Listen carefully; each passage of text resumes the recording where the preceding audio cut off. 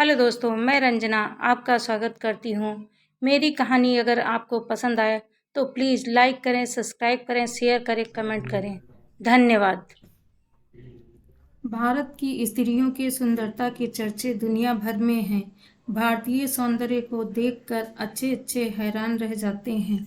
भारत में कई सुंदरियों ने जन्म लिया, जिसमें से कुछ ने समाज की वजह से अपनी जीवन लीला को समाप्त कर लिया।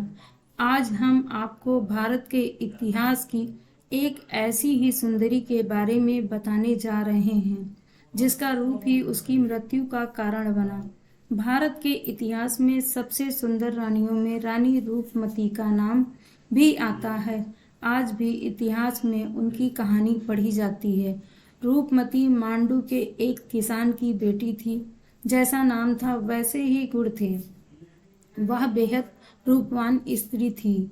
सुंदर होने के साथ साथ वो गायन कला में भी निपुण थी। बाज बहादुर मांडू के अंतिम स्वतंत्र शासक थे। उन्होंने भी रूपमती के बारे में सुना था। एक दिन उन्होंने रूपमती को अपने महल में बुलवाया और संगीत प्रस्तुति करवाई। राजा रूपमती के सौंदर्य और गायन से इतने प्रसन्न हुए कि उन्होंने रूपमती से शादी कर ली। बाज बहादुर हर वक्त रूपमती के साथ रहते थे। रूपमती को भी बाज बहादुर से गहरी और सच्ची मोहब्बत थी।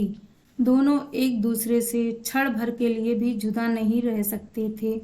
रानी रूपमती का किला इनके प्यार का साक्षी है।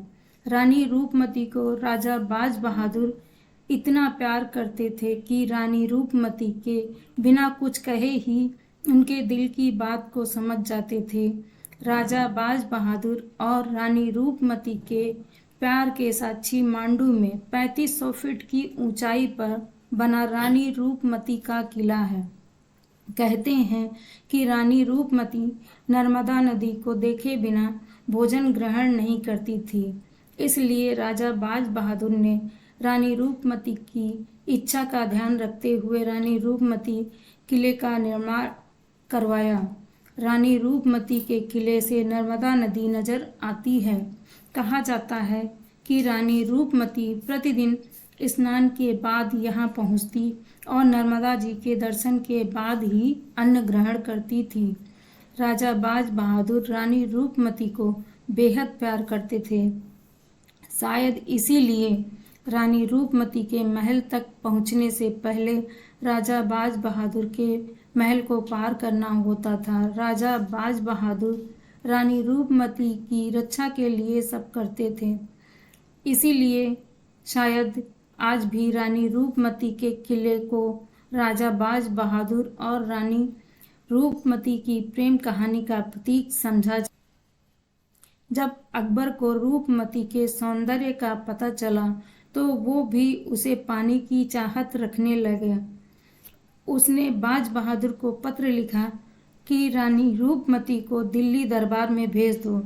इस बात पर बाज बहादुर को बहुत गुस्सा आया और उन्होंने अकबर को पत्र लिखा कि वो अपनी बेगम को यहाँ भेज दें। इस पत्र को पाकर अकबर गुस्से से लाल हो गए। अकबर भी हार मानने वालों में से नहीं थे और अकबर ने अपने सेनापति आजम खां को आदेश दिया कि वो मालवा पर तुरंत आक्रमण करें और रानी रूपमती को बंदी बनाकर उनके आगे पेश करें। आजम खां ने अपनी विशाल सेना के साथ बाज बहादुर पर आक्रमण कर दिया।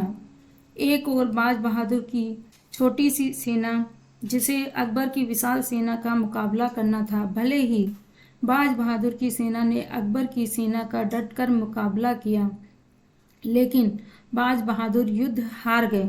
आजम खान ने उन्हें बंदी बना लिया।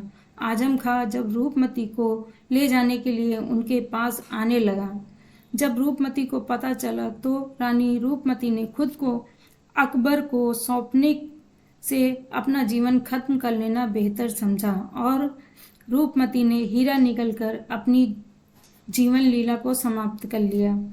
जब बादशाह अकबर तक रानी के मृत्यु की खबर पहुंची तो उन्हें इस बात का बहुत पछतावा हुआ और उन्होंने रूपमती के लिए एक मकबरा बनवा दिया और सम्मान सहित बाज बहादुर को रिहा कर दिया। रिहा होने के बाद राजा बाज बहादुर मालवा पहुंचने पर मांडू की राजधानी सारंगपुर जाने की इच्छा जाहिर की। वहां पर रानी की कब्र मौजूद थी। राजा बाज बहादुर ने रूपमती के मकबरे पर सिर पटक पटक कर अपने प्राण त्याग दिए। आज भी मध्य प्रदेश में इन दोनों के मकबरे स्थित हैं।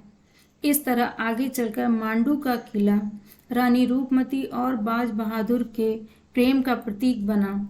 आज भी मध्य प्रदेश में मांडू में रानी रूपमती और बाज बहादुर का नाम बड़े गर्व के साथ लिया जाता है। आज मांडू एक पर्यटन स्थल बन चुका है। रानी रूपमती और बाज बहादुर की कहानी एक ऐतिहासिक धरोहर है।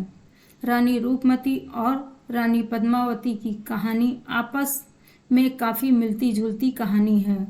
पद्मावती पर खिलजी की नजर पड़ी थी और रानी रूपमती पर अकबर की नजर पड़ी। दोनों ही रानियों ने अपना सम्मान बचाने के लिए अपना जीवन बलिदान कर दिया। के इतिहास में ऐसी कई सारी नारियों का उल्लेख मिलता है जिन्होंने अपने स्वाभिमान की रक्षा के चलते अपने प्राण त्याग दिए।